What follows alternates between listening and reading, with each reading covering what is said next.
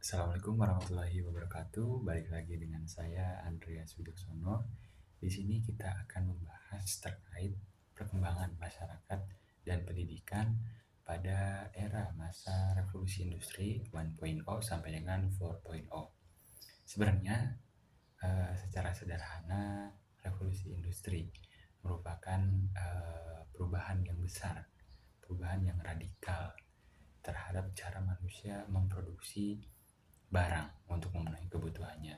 Ketika ditemukan perubahan yang radikal dan sangat besar itu, tentunya akan berdampak kepada perubahan sosial, perubahan yang ada di lingkungan masyarakat, baik berdampak kepada ekonomi, politik, hukum, terus budaya, dan lain-lain. Tentunya itu akan berdampak kepada aspek kehidupan.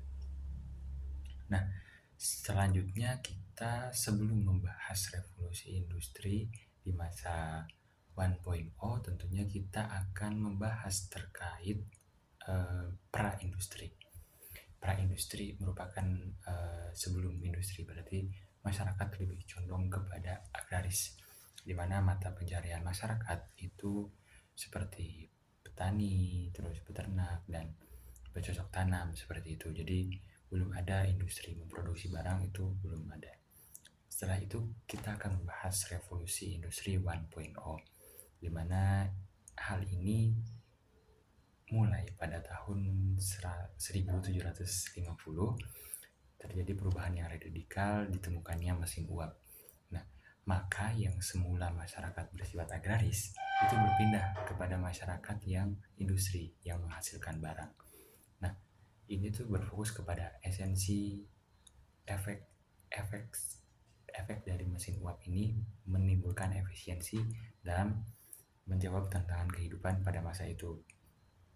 Nah, untuk di bidang pendidikan itu adanya perubahan di mana peserta didik ataupun siswa itu mendapatkan ataupun menerima materi yang pendidik sampaikan. Jadi di masa ini semua peserta didik dianggap sama dan tidak ada ciri khas tertentu dari peserta didik.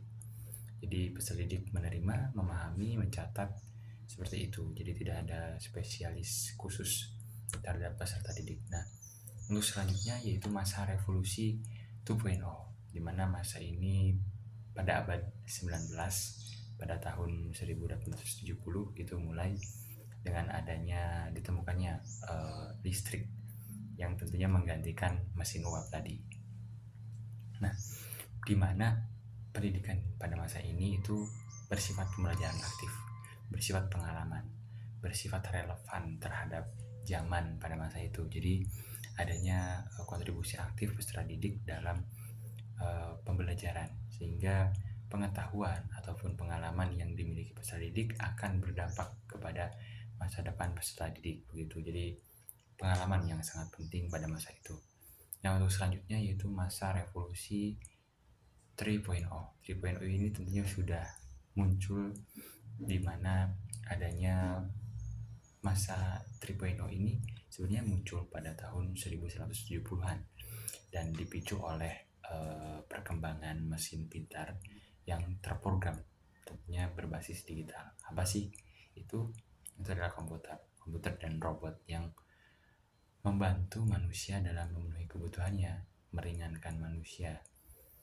Nah, teknologi otomatis ini itu mampu menggantikan peran manusia seperti dengan mencatat keuangan, terus membuat data, terus adanya membuat administrasi begitu. Menghitung juga termasuk salah satu peran komputer pada masa itu. Nah, pendidikan pada masa ini tentunya berbeda pada masa sebelumnya.